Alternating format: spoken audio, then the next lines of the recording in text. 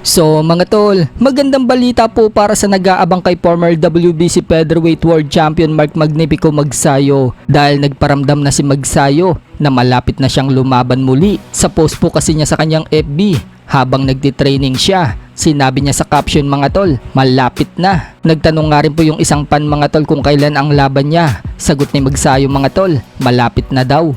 May nagtanong din mga tol kung sino ang makakalaban niya. Sagot naman ni Magsayo, i-announce daw niya soon. So abangan po natin mga tol ang announcement ni Magsayo sa kanyang Facebook. So kondisyon na nga po si Magsayo mga tol.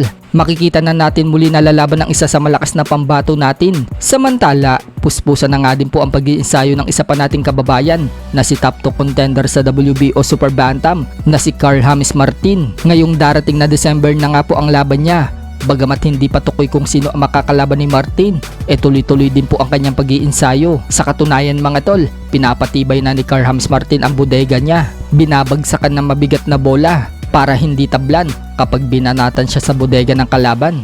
Biniro pa nga mga tol si Carl James Martin ng stablemate niya. Akmang susuntukin siya sa katawan. Kapag napagod naman si Carl James Martin sa pagtitraining mga tol, dinadaan na lang nila sa biruan. Katulad na lang ng sabihan si Carl James Martin ng kapatid niya na kung may neuro exam daw sa boxing, makakapasa daw kaya si Martin para daw kasing may tama si Carl James Martin. Sa ibang banda naman mga tol, matapos po ang mapait na pagkatalo ng Mexican-American Saul Sanchez kay General Casimero sa Japan nitong October 13, kung saan round 1 lang ang tinagal ni Sanchez kay Casimero. 2 beses pa siyang pinabagsak ni Cuadro Alas hanggang ihinto na ng referee ang laban. So parang sariwa pa rin po kay Saul Sanchez ang pangyayari. Nagpost po kasi siya sa kanyang social media account ng picture na parang ang lalim ng iniisip niya. Hindi po kasi biro yung pagkatalo niya. Bukod tanging si Casimero lang kasi ang nagpabagsak sa kanya na hindi niya naranasan sa ibang boksingero.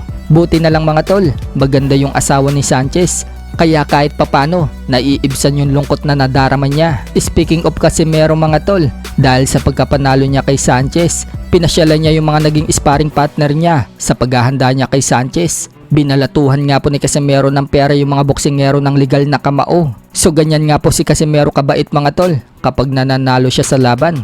Talagang may balato sa kanya yung mga taong tumutulong sa kanya. Sa iba pang balita mga tol, ibinahagi nga po ni The Monster na Oya Inoue ang isa sa pamatay niyang teknik na marami nang nadali. Yan po yung short counter right hand niya at follow up ng left hook. Isa nga po sa nadali dyan na kababayan natin mga tol ay itong si Filipino The Flash Nonito Donaire Jr.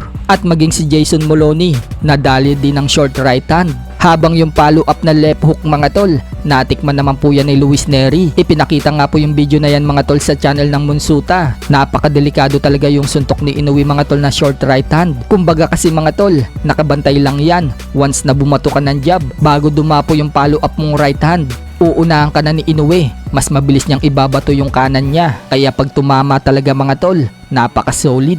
So paano kaya mga tol kung kay Casimero dumapo yung short right hand ni Inoue? Papagpagin lang kaya ni Cuadro Alas yung suntok ni Inoue? Ano sa tingin nyo mga tol?